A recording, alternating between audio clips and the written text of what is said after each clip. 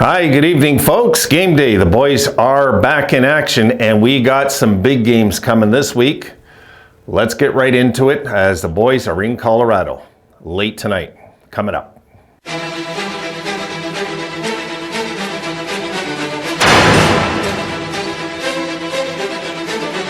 $10 p.m. start, just for those of you that don't know. Okay, it's a really late game. Like I was expecting it to, I don't know, be 9, and then I remembered it's Colorado. Guys, this is for me the two games that for me are going to say a lot, because these are two games that the majority of Sabres fans probably have written off as losses. Not me. I want to see what happens in Colorado, in Vegas. This is going to say a lot. If the boys go in there and they win both these games, we got something cooking on our hands this year. If we go in there and lose both these games outright in regulation, to me, it's a struggle season, and we're just going to have to take what we can get as we go along. But this could be a complete turning point of the season. It'd be the first time all year I feel really good about them being 500 if they win out these next two. Okay, so the Sabres now are 4-5-1 their last 10. 6-7-2 on the road. We've, of course, won our last outing. And they are overall 12-14-3, a goal differential of -12, 84 goals for, 96 against. Colorado are 17-9-2. The goal differential is a +13. They've scored 100. They've let in 87. At home, they're 10-4-0. They're 5-3-2 their last 10, and they won their last outing as well. So we are going into the home ice of the team that I believe is going to win the Stanley Cup this year. And we have to somehow win. We just have to win. Find a way to win. The Sabres power play. No, let's go with the penalty kill. We'll start with the penalty kill, okay? Sabres are 11th in the league with an 81.7% penalty kill. We're still over in the 80s. We'll talk about the power play in a sec. Colorado's 7th in the league, 85.6.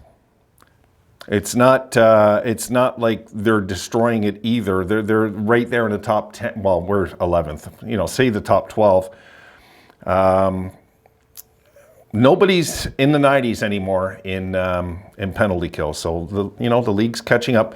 Now, power play. Let me go to that. Colorado's 19th in the league. They're not killing it on the power play, folks. And the Sabres are 26th. And we know we've been struggling all year. The Avalanche are 18.7 on the power play. The Sabres are 13.95. They're 14% on the power play. So 14% versus 18.7. You know, if you look at it overall, they got 20 power play goals. The Sabres have 12. And we can look at the opportunities and everything. Guys, I'll just tell you right now, the Sabres are 0 for their last 10. Even though those 3 games, we looked pretty damn good. In those 3 games, we're 0 for 10 still on the power play in those 3 games. So something has to change there. If we're going to have any playoff hopes whatsoever, we're not going to be the pits on the power play and make the playoffs. We're in the era now, guys, that you have to cash in on your man advantage. So I think that's it, all I'm going to touch on right there. So the Sabres now, okay, I am going to go right into our schedule, because this is really important. For me, these are the 2 key games of the season.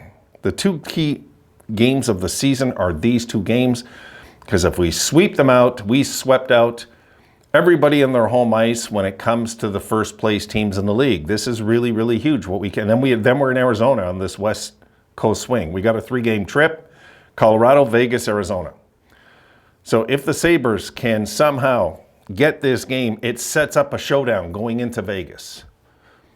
And that's what I want to see. I want to see, guys, what we're made of. And I think these 2 games are going to tell us a lot. You know, we want to have doubts. Let's wait to the 2 games. Let's get massacred in these 2 games, and then we can talk, okay, you know, we're not in the top tier of teams yet. We're just not. If we go into these 2 games and get hammered in both of them, you know, I'm guessing I'm guessing UPL will be in nets, right? I'd be really surprised if he's not. It's going to be, guys, it's going to be huge if we can get this one. And I know the odds are against us, but screw the odds, you know? Who cares? Who cares about the odds? Let's just see who wins when it's all said and done.